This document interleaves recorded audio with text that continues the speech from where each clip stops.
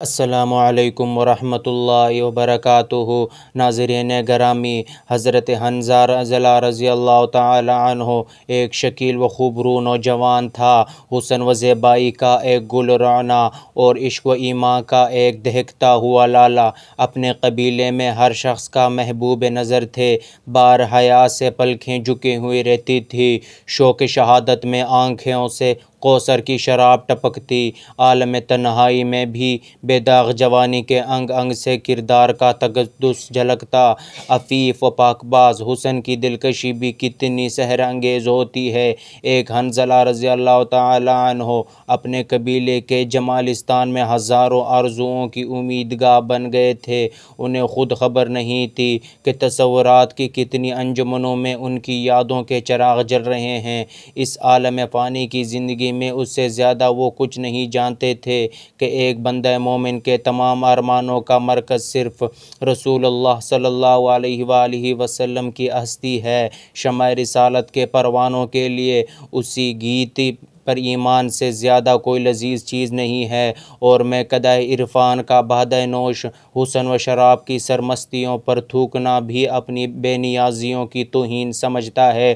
یہی وہ لافانی تصورات تھے جن کی لہروں میں حضرت حنظلہ رضی اللہ تعالی عنہ کی زندگی شرابور رہا کرتی تھی۔ محبت رسول اقدس صلی اللہ علیہ وآلہ وسلم کے فیضان سے ان کے روحانی تقدس کا فروغ اب اس نقطۂ عروج پر پہنچ گیا تھا جہاں دامن تر کے ٹپکتے ہوئے قطروں سے گلہائے قدس کے لیے شبنم مہیا کی جاتی ہے۔ اس رنگ و نور کے پاکیزہ ماحول میں حضرت حنظلہ رضی اللہ تعالی عنہ کے دن گزرتے گئے، عمر کا کارواں آگے بڑھتا گیا، یہاں تک کہ جب ان کے حسن و شباب کا خط نصف النہار پر پہنچ گیا تو ماں نے ایک دن بیٹے کے سامنے اس عرض و شوق کا اظہار کیا: میرے ارمانوں کے شگفتہ پھول، تمہاری شادی کے لیے قبیلے کے ممتاز گھرانوں سے بہت سے پیغامات آ رہے ہیں، اجازت دو تو کوئی مناسب پیغام منظور کر لوں۔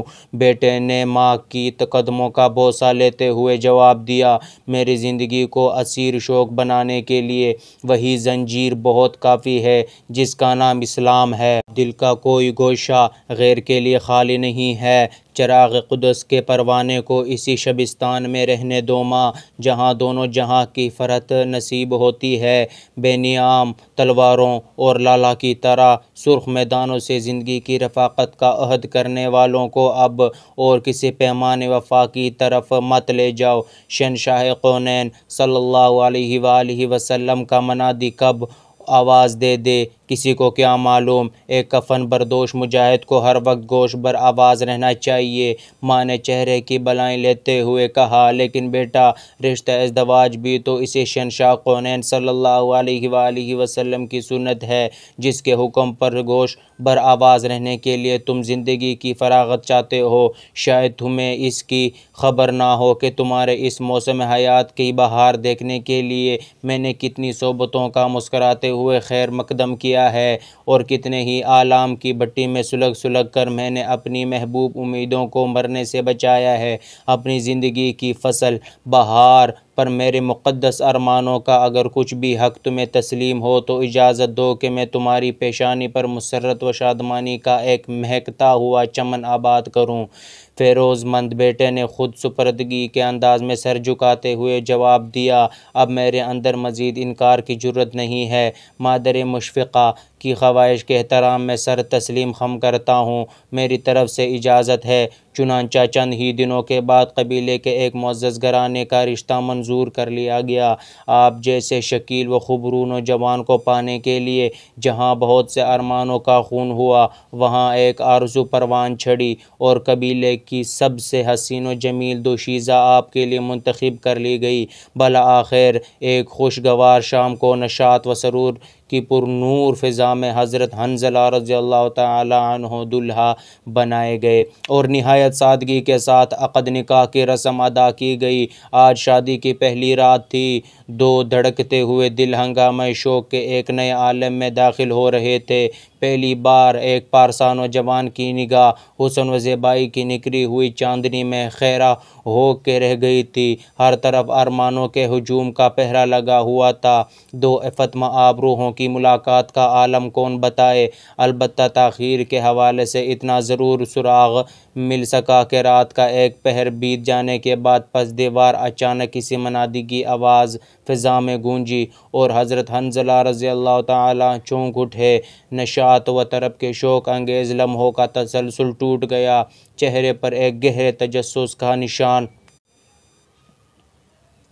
اچھا اب اجازت دو، وقت بہت نازک ہے، یہ کہتے ہوئے جیسے ہی قدم باہر نکالنا چاہتے تھے کہ بیوی نے دامن تھام لیا اور ڈبڈبائی آنکھوں کے ساتھ بمشکل تمام یہ چند جملے ادا کر سکی: میں خانہ کوثر کی طرف بڑھنے والے کو کون روک سکتا ہے؟ زحمت نہ ہو تو رسول کونین صلی اللہ علیہ وآلہ وسلم کے قدم ناز کی امان میں مجھے بھی لیتے چلو۔ کنیز ان بارگاہ کی آخری صف میں بھی جگہ مل گئی تو میں اپنی خوش نصیبی پر تا ابد نازاں رہوں گی۔ حضرت حنظلہ رضی اللہ تعالیٰ عنہ نے دو لفظوں میں جواب دیا: سرمدی اعزاز کے استحقاق کے لیے تمہاری یہی قربانی کیا کم ہے کہ تم نے بھرپور بشاشت کے ساتھ عیش و نشاط کے ان دل فریب لمحوں کو اسلام کی ضرورت پر نثار کر دیا ہے۔ یقین رکھو گلشن جاوید کی طرف میں تنہا نہیں جا رہا ہوں، تمہارے ارمانوں کا کارواں بھی میرے ہمراہ ہے۔ اچھا اب اجازت دو، اللہ تمہارے صبر و شکیب کی عمر دراز کرے۔ یہ کہتے ہوئے حضرت حنظلہ رضی اللہ تعالیٰ عنہ گھر سے نکل پڑے۔ جب تک نظر آتے رہے عقیدت بھری نگاہ ہر اٹھتے ہوئے قدموں کا بوسہ دیتی رہی۔ رات کے پچھلے پہر جاں نثاروں کا لشکر دعاؤں کے ہجوم میں مرکہ کارزار کی طرف روانہ ہو گیا۔ جان رحمت سرور کونین صلی اللہ علیہ وآلہ وسلم ناقہ مبارک پر سوار تھے۔ پیچھے پیچھے پروانوں کی قطار چل رہی تھی۔ حضور صلی اللہ علیہ وآلہ وسلم کے رخ زیبا کی تنویر سے مجاہدین کے سینوں میں فاتحانہ شوکتوں کا چراغ جل اٹھا تھا۔ میدان جنگ میں پہنچ کر سرفروشان اسلام کی صفیں آراستہ ہو گئیں۔ کفار کے لشکر نے بھی اپنا مورچہ سنبھال لیا۔ دوسرے دن صبح کے وقت طبل جنگ بجتے ہی گھمسان کی لڑائی شروع ہو گئی۔ حضرت حنظلہ رضی اللہ تعالیٰ عنہ کو لوگوں نے دیکھا کہ وہ بپرے ہوئے شیر کی طرح دشمن کی صفوں پر ٹوٹ پڑے تھے۔ ان کے ہاتھ کی تلوار بجلی کا شرارہ معلوم ہو رہی تھی۔ ان کے بے دریغ حملوں سے لشکر باطل میں ہر طرف ایک شور قیامت برپا تھا۔ حضرت حنظلہ رضی اللہ تعالیٰ عنہ کی پیاسی روح چشمہ کوثر کی طرف نہایت تیزی سے بڑھ رہی تھی۔